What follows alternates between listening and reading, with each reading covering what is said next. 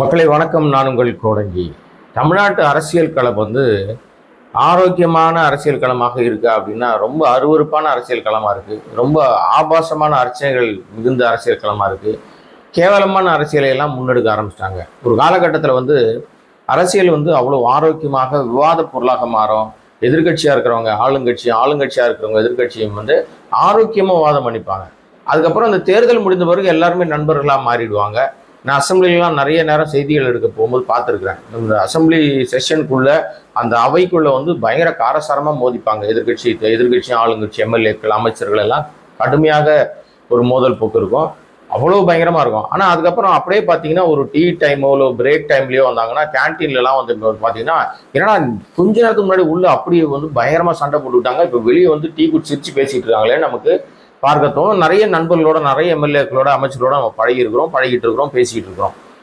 ஏன் இதை நான் சொல்ல வரேன்னா, சமீபத்திய அரசியல் நிகழ்வுகள்லாம் பார்த்தீங்கன்னா ரொம்ப அருவருப்பாக தனி மனித தாக்குதலை முன்னெடுக்கிற விஷயமாக மாறிட்டே இருக்கு. ஒருத்தரை தனிப்பட்ட தாக்குதல்களை அதிகமாக பயன்படுத்துகிறாங்க. அதுவும் ஒரு மூத்தவர்கள்னு சொல்லப்படுகிறவர்கள் பல ஆண்டுகள் சட்டமன்றத்தில் எம்எல்ஏவா அமைச்சர்களாக முதலமைச்சராக இருந்தவரே தப்பாக பேசுகிற நிகழ்வுகள்லாம் நிறைய நடந்துகிட்டு இருக்கு. நான் யாரை சொல்கிறேன்னு உங்களுக்கு எல்லாருக்குமே தெரியும். ஏன்னா இப்போ நம்ம எடப்பாடி அவர்கள் இப்போ போகிறப்போ எல்லா இடங்கள்லையும் பார்த்தீங்கன்னா பிரச்சாரத்தை அவர் தான் முதல்ல இங்கே ஆரம்பித்தார். மயிலாப்பூரில் ஆரம்பித்தார். அப்போயே உதயநிதி சொன்னார், பார்த்தீங்களா நம்மெல்லாம் எங்கே ஆரம்பிச்சிருக்கோம், நான் காஞ்சிபுரத்தில் அண்ணா பிறந்த ஊரில் நான் ஆரம்பிச்சிருக்கேன் பிரச்சாரத்தை. ஆனால் அவர் எஜமான விசுவாசத்தை போய் பாஜகவுக்கு எந்த இடத்துல சீட்டு ஒதுக்கப்பட்டிருக்கோ அங்கே போய் முதல்ல அறிவிக்கிறாரு. இன்னும் வேட்பாளர் யாருன்னே தெரியாது. ஆனால் அந்த யாருன்னே தெரியாத நேரத்திலேயே தமிழிசை போய் அங்கே நின்ட்டாங்க. அவங்க தான் அங்கே தொகுதியை கேட்டிருக்காங்கன்றது அப்போ எல்லாரும் பேச ஆரம்பிச்சிட்டாங்க. அப்படி அங்கே தான் ஆரம்பித்தார். தன்னுடைய வேட்பாளருக்கு ரெட்டலையில் கூட ஓட்டு கேட்டு எங்கேயும் வரல. அப்படி எஜமான விசுவாசத்தை காட்டினார்னு உதயநிதி காஞ்சிபுரத்தில் போட்டு பொழந்தார். இது ஒருத்தர் விமர்சிக்கிறது நாகரிகமான விமர்சனமாக தான் பார்க்கப்படும். ஆனால் அதுக்கப்புறம் பார்த்தீங்கன்னா எடப்பாடியுடைய பேச்சுக்கள்லாம் தரம் தாழ்ந்த பேச்சுக்களாக மாறிடுச்சு. சமீபத்தில் ஒரு இடத்துல பேசும்போது வைரஸ் காலகட்டம், அதாவது ஸ்டாலின் 21 பதவியேற்ற காலகட்டத்தில் வைரஸே கிடையாது, அது சும்மா போலி வேஷம் போட்டாரு, பொய் சொல்றாரு, உண்மையிலே வைரஸ் இருந்திருந்தா அவர் அப்பவே போய் சேர்ந்திருப்பாரு. எவ்வளவு அசிங்கமான ஒரு விஷயம் இல்லை? பாருங்க. அதை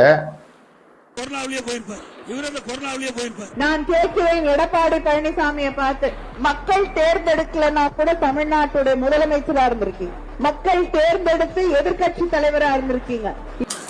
ஒன்றும் இல்லைங்க, ரொம்ப சாதாரணமான ஒரு அதாவது இது அரசியல், அவ்வளோதான். ஒரு அரசியல் தேர்தலுக்காக பரப்புரை எடுக்கிறீங்க. நீங்கள் என்னெல்லாம் இதுக்கு முன்னாடி 4 ஆண்டுகளில் முதல்வராக இருக்கும்போது நீங்கள் என்ன பண்ணீங்க? அல்லது இன்னும் இவர் அம்மா பண்ணாரு ஐயா பண்ணாருன்னு பேசிகிட்டு இருக்காரு. ஐயானா எம்ஜிஆர் பண்ணாரு அம்மா பண்ணாங்கன்னு பேசுகிறார் தவிர தான் என்ன செய்தோம், இவர் 4 ஆண்டு காலம் முதல்வராக இருக்கும்போது இவர் என்ன பண்ணாருன்னு சொல்லி ஓட்டு கேட்க முடியல. ஏன்னா இவர் முழுக்க கட்டிங் போகிறதுலையும் காசு சம்பாதிக்கிறதுலையும் அடிமை சாசனம் எழுதி கொடுத்துட்டு அடிமையாக சேவகம் மட்டத்தில் இருந்தால் அவர் நிறைய நேரம் இருந்தார். அதுதான் அவரால் எதுவுமே சொல்ல முடியாத ஒரு சூழ்நிலைக்கு தள்ளப்பட்டிருக்கு. இதை தான் ஒவ்வொரு பிரச்சார பாயிண்ட்லேயும் எதிர்கட்சிகளாக இருக்கிற இப்போ அதிமுக எதிர்கட்சி யாரு? திமுக தான். அப்போ திமுக அந்த விஷயத்தை அவங்க வைக்கிறாங்க. இப்போ ஆளுங்கட்சியாக திமுக இருந்தாலும் இப்போ பதவி வரணும்னா மக்கள் மீண்டும் ஓட்டு போட்டால் தான் மறுபடியும் அவங்க அரியணையில் தொடருவாங்க. அதற்காக அவங்க தாங்கள் செய்த சாதனைகளை சொல்லி ஓட்டு கேட்குறாங்க. இப்போ இந்த மாதிரி ஒரு நீ கொரோனாலேயே போய் சேர்ந்திருப்ப அப்படின்னு சொன்னோடனே சுட பதிலடி கொடுத்தாரு முதல்வர் ஸ்டாலின். என்னன்னா நான் அந்த கொரோனா வார்டுக்குள்ள போறது யாருக்குமே தெரியாது. நான் என்னுடைய குடும்பத்தார்கிட்டயோ அமைச்சர்கள்கிட்டயோ அதிகாரிகள்கிட்டயோ யார்ட்டையுமே நான் சொல்லவே இல்லை. நான் மக்களுக்காக அப்படின்னு சொல்லி அவர்களை விழிப்புணர்வு ஏற்படுத்துறோன்றதுக்காக தான் நான் அந்த கொரோனா வார்டுக்குள்ளே போனேன். ஆனால் பதவிக்காக தரம் தாழ்ந்து கீழ்த்தரமான ஒரு பேச்சை பேசி அவர் பேசியிருக்காரு நம்ம எதிர்கட்சி தலைவர். நான் மிஸ்ஸாவே பார்த்தவன், மிஸ்ஸா கைதியாகவே நான் அந்த இளம் வயதிலேயே ஜெயிலுக்குள்ளே போனவன், கொரோனாவெல்லாம் நான் மரணத்துக்கு அஞ்சாதவன், மரணம்னா என்னன்றது அப்படின்ற மாதிரி அந்த அர்த்தத்தில் பேசி எடப்பாடிக்கு சுட பதிலடி கொடுத்தார். பதிலடி கொடுத்துட்டு அடுத்த விஷயத்துக்கு பார்க்க போகலான்னு பார்த்தா அடுத்த இடத்துல இன்னொரு இடத்துல பேசுறாரு, இந்த பால்டாயில் குடிச்சவங்களாம் இப்போ பஞ்ச் டயலாக் பேசிட்டு இருக்கான், அப்படின்னு சொல்லி உதயநிதியை நேரடியாக உதயநிதி இவன் அப்பவே போய் சேர்ந்து இப்போ வந்து உயிரெடுத்து பேசணும். அதை நகைச்சுவையாக கருணாநிதி தான் இப்படி பேசுனாங்கன்னா உடனே அவர் சொல்லுவாரு. அது கேட்கிறவர்களுக்கு அவங்களுக்கு செருப்படி, கேட்கிறவர்களுக்கு சிரிப்பா இருக்கும். அந்த மாதிரி உதயநிதி என்ன பண்ணிட்டாருன்னா, இப்ப கூட ஒருத்தர் பேசினாருங்க, இந்த உதயநிதி பையன் வந்து என் உயிர் எடுக்கிறான் அப்படின்னு சொல்லி அப்பவே போய் சேர்ந்திருக்க வேண்டிய என் உயிர் எடுக்கிறான் வந்து அப்படின்னு பேசியிருக்காரு எதிர்கட்சி தலைவர் எடப்பாடி. எடப்பாடி அவர்களே, உங்க உயிர் எடுக்கிறதுலாம் நான் எனக்கு விருப்பம் இல்லை, அதுக்காக நான் வரவும் இல்லை. நீங்க இன்னும் ரொம்ப நீண்ட ஆயுளோட வாழணும், நீங்களே அதிமுக பொதுச் செயலாளராகவே இருக்கணும், அப்பதான் எங்களுக்கு ஈஸி அப்படின்னு அதை பேச கூடியிருந்த கூட்டமெல்லாம் ஆரவாரம் விட்டு பயங்கரமா கை தட்டுறாங்க. இதை விட ஹைலைட்டா இன்னொன்னு சொல்றேங்க, இந்த மாதிரி பேச்சு வந்து அருவருப்பான பேச்சை கூட நகைச்சுவையாக மக்கள்கிட்ட எடப்பாடி எக்ஸ்போஸ் பண்ற வேலையை வந்து உதயநிதி ரொம்ப சிறப்பா பண்ணிட்டு இருக்காரு. ஸ்டாலின் பிரச்சாரத்தை விட உதயநிதி பிரச்சாரம் பயங்கரமா எடுபட்டு போயிட்டு இருக்கு. அதான் நிதர்சனமான உண்மை. ஓகே, எனிவே அடுத்தடுத்த கட்டங்கள் வளருவதற்கான வாய்ப்புகளை ஓப்பன் பண்ணி விட்டு ஸ்டாலின் வந்து ரொம்ப தெளிவாக குறிப்பிட்ட இடங்கள்ல பிரச்சாரம் பண்ணிட்டு போறாரு. கனிமொழி உரத்துல பேசும்போது இந்த கொரோனால போனேன்னா போய் சேர்ந்துருப்பீங்கன்னு சொன்னார்லாம், ஒரு வீடியோ கூட பார்த்துருப்பீங்க. அந்த கனிமொழி பேசுற பேச்சுல வந்து அதை எத்தனை பேர் கவனிச்சீங்கன்னு தெரியாது. அதை சொல்றாங்க, திமுகவை எதிர்த்தால் திமுகவை எதிர்க்க எல்லாருக்கும் மலர் வளையம் வச்சு கொண்டாடுறாங்க. என்ன அதாவது ஆக்சுவலா இந்த பேச்சு தப்பான பேச்சு தான், இந்த பேச்சு தவறான பேச்சு தான். அவர் எடப்பாடி மட்டும் பேசுறது தப்புன்னு சொல்றீங்க, அப்ப இந்த பேச்சு சரியா நீங்க கேட்டீங்கன்னா இதுவும் தவறு தான். இதுவும் ஒரு அருவருப்பான பேச்சு தான். நீங்க வந்து மரணம் என்பது எல்லாருக்கும் இயல்பு, எல்லாருக்கும் நிகழக்கூடிய ஒரு விஷயம். யாருமே இங்க வந்து உட்கார்ந்துட்டே இருக்க முடியாது. ஒரு குறிப்பிட்ட காலம் குறிப்பிட்ட நேரம் வரும்போது எல்லாரும் போய் சேர வேண்டியதுதான். அது நம்ம இருக்கும்போது நம்ம என்ன செய்யறோமோ அது நம்ம இறந்த பின்னாலும் பேசுவாங்க. எம்ஜிஆர் கொடைவள்ளல்னு பேசுறாங்க. அந்த காலகட்டங்களில் சோசியல் மீடியா எல்லாம் கிடையாது. ஒருவேளை சோசியல் மீடியா அதிகமா இருந்தா அவர் செய்த பல நெகட்டிவ் விஷயங்கள் வெளிச்சத்துக்கு வந்திருக்கும். ஏன்னா அன்னைக்கு அதெல்லாம் கிடையாது. ஆனா அவர் வந்து என்னதான் எதிராளியா இருந்தா கூட அவனுக்கு சாப்பாடு போட்டுதான் அடி வெளுப்பாரு பின்னுவாரு. அவனுக்கு கொடுத்து சிறந்த கைடுவாங்க. தன்னுடைய உழைப்பை மொத்தமா நிறைய பேருக்கு கொடுத்துருக்காரு. நிஜம் இன்னைக்கு நம்ம பாக்குறோம். அவருடைய உழைப்புல வந்த ராமாபுரம் தோட்டம் வந்து மாற்றுத்திறனாளியாக பள்ளியாக செயல்படும். அவருடைய இடம் வந்து ஒரு கல்லூரியாக இன்னைக்கு வந்து ஒரு பெரிய ஸ்கூலாக கல்லூரியாக மாற்றப்பட்டிருக்கு அவருடைய இடம். பல விஷயங்களே அவர் வந்து நிறைய நல்லது பண்ணி, அதனால அவர் வந்து கொடைவள்ளல்னு சொல்றதுல வந்து தப்பு இல்லை. அதான் இதுதான் நம்ம சொல்றோம். நாம வந்து செய்கிற செய்கைகள் வந்து நாம் இல்லாமல் போனாலும் நம்முடைய காலத்துக்கு பின்னாடியும் அது வந்து பேசு பொருளாக இருக்கும்.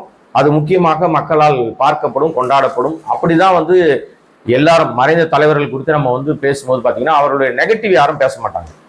மறைந்த தலைவர்கள் குறித்து பேசும்போது கண்ணியமாக அவர் செய்த சாதனைகள் மட்டும் தான் பெரும்பாலும் பேசி அவருடைய நினைவுகளை தான் போட்டுருவாங்க. இப்போ நீங்க அம்மையார் ஜெயலலிதா அவர்கள் வந்து உடல்நலக்குறைவு, அவங்களுக்கு மருத்துவமனை அட்மிட், யாரும் பார்க்க முடியல. கிட்டத்தட்ட 75 நாட்கள் ஒரு மாதிரி மர்மமான நாட்களாக இருந்துச்சு. ஒவ்வொரு நாளும் கடத்துவது அவ்வளோ பெரிய விஷயமா இருந்துச்சு. அப்புறம் ஒரு கட்டத்துக்கு மேலே அவங்க ஹாஸ்பிட்டல்ல இருந்து மீண்டு வரவே இல்லை, இறந்து போயிட்டாங்க.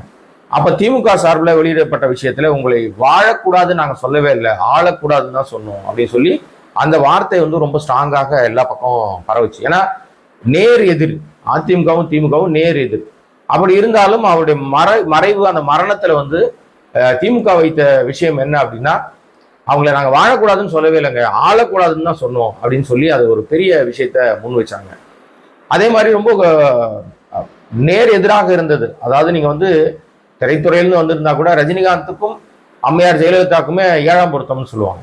அப்படி இருக்கிற அவர்களுக்கு கூட கடைசி காலத்துல நல்ல புரிதல் ஏற்பட்டுச்சு. அவங்க இறந்து போன பிறகு நிறைய நிலைவடைகளை ரஜினிகாந்த் அவர்கள் கொண்டு வந்து பேசினார். அது நான் அந்த இடத்துல நான் இருந்தேன். அவர் பேசும்போது சொன்னார், நான் வந்து என்னுடைய மகள் திருமணத்தின் போது அதுக்கு முன்னாடியே நிறைய முரண் உருவாயிருச்சு. நம்ம போய் இப்போ போய் கல்யாணத்துக்கு கூப்பிட்டா அந்த அம்மா வருவாங்களான்னு தெரியாது, இருந்தாலும் நம்ம போய் கூப்பிடலாம், அப்பாயின்மெண்ட் கேட்டுலாம் கேட்டப்ப ஓகே நாளைக்கு காலைல வர சொல்லுங்கன்னு சொல்லி காலையிலேயே வெயிட் பண்ணி வாசல்ல வந்து நின்று அவரை வரவேற்று அந்த திருமண நிகழ்ச்சிக்கு அவர் வந்து போய் கலந்துக்கிட்டாங்க அப்படின்றது அவர் வந்து பதிவு பண்ண விஷயம். அந்த நினைவலைகள் தான் இறந்த பிறகும் அவங்களுக்கான அந்த மரியாதை செலுத்துகிற விஷயமாக மாறுது. இது எதுக்கு சொல்ல வரேன்னா, இப்படி கண்ணியமான மனிதர்கள், கண்ணியமானவர்கள்லாம் நடமாடி கொண்டிருக்கிற இந்த சூழல்ல பழனிசாமி மாதிரி ஆட்கள் வந்து பதவிக்காக, பதவி வெறிக்காக தனக்கு யாரெல்லாம் முன்னேற்றம் கொடுத்தாங்களோ, தனக்கு யாரெல்லாம் வந்து வாழ்க்கை கொடுத்தாங்களோ அவங்க எல்லாரையும் காலவாரி விடுறது. டிடிவி தினகரன் காலவாரி விட்டாரு.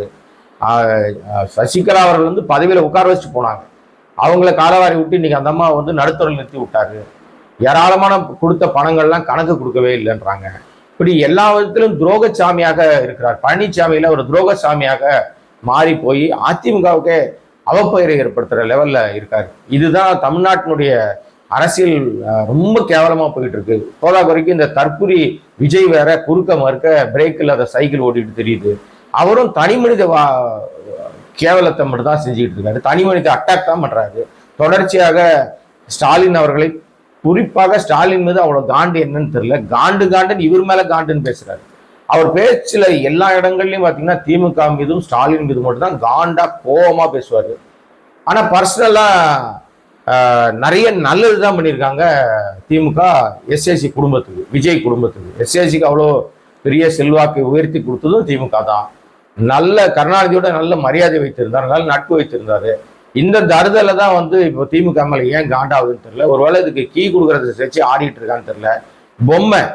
பொம்மையை வச்சு பிரச்சாரம் பண்றாங்கல்ல, அது பொம்மை தான். அது அட்டகத்தின்னு உதயநிதி ஒரு நாள் சொன்னாரு பாருங்க, அட்டைக்கு செல்ஃபி எடுத்துக்கு வருவாங்கன்னு. அது உண்மைதான், அதுதான் நிஜம். அதனால தமிழ்நாட்டு அரசியல் களம் ரொம்ப அசிங்கமாக போயிட்டு இருக்கிற அந்த விஷயத்தை எடப்பாடி இனிமேலாவது திருத்தி கொண்டால் அவருக்கு கிடைக்கிற ஓட்டாவது கொஞ்சம் கூடுதலா கிடைக்கும். இல்லைன்னா இருக்கிற ஓட்டும் கிடைக்காது. ஏன்னா அவர் வந்து தனிப்பட்ட தாக்குதல் கேவலமா பேச பேச பேச அவர் மேலேயே வந்து எல்லாருக்கும் வந்து வெறுப்பு தான் தட்டும். இதே தான் விஜய்க்கும். விஜயும் வந்து ஆக்கப்பூர்வமா பேசினாருன்னா உருப்புடுவாங்க யாராவது. நீ அவதூறு பரப்பிக்கிட்டே இருந்தீங்கன்னா உனக்கு கெட்ட பேர் தான் வரும். அதான் நடக்கும் போது என்ன நடக்குது அப்படின்னு பார்ப்போம். இன்றைக்கு காலையிலேயே விறுவிறுப்பாக பாண்டிச்சேரியில் ஓட்டுப்பதிவு தொடங்கிட்டாங்க, கேரளாவில் ஓட்டுப்பதிவு தொடங்கிட்டாங்க. பரபரப்பாக 2 இடங்களிலும் வாக்குப்பதிவுகள் நடந்துகிட்டு இருக்கு. எவ்வளவு வாக்குகள் பதிவாகிறது, என்ன நடக்குது, பில்டப் விட்டவர்கள் நிலைமை என்ன, நிஜமாவே அங்கே ஏதாவது மாற்றங்கள் வருதா அப்படின்றத பொறுத்திருப்போம். ஈவினிங் போல என்ன நிலவரம் என்பது குறித்து மீண்டும் உங்களை சந்திக்கிறேன். அதுவரை இந்த வீடியோவை சப்ஸ்கிரைப் பண்ணாமல் பார்த்துட்டு இருக்க அன்பு நண்பர்கள் சப்ஸ்கிரைப் பண்ணிங்கன்னா பல்வேறு விஷயங்கள் பேசுவதற்கு வாய்ப்பாக. நன்றி, வணக்கம்.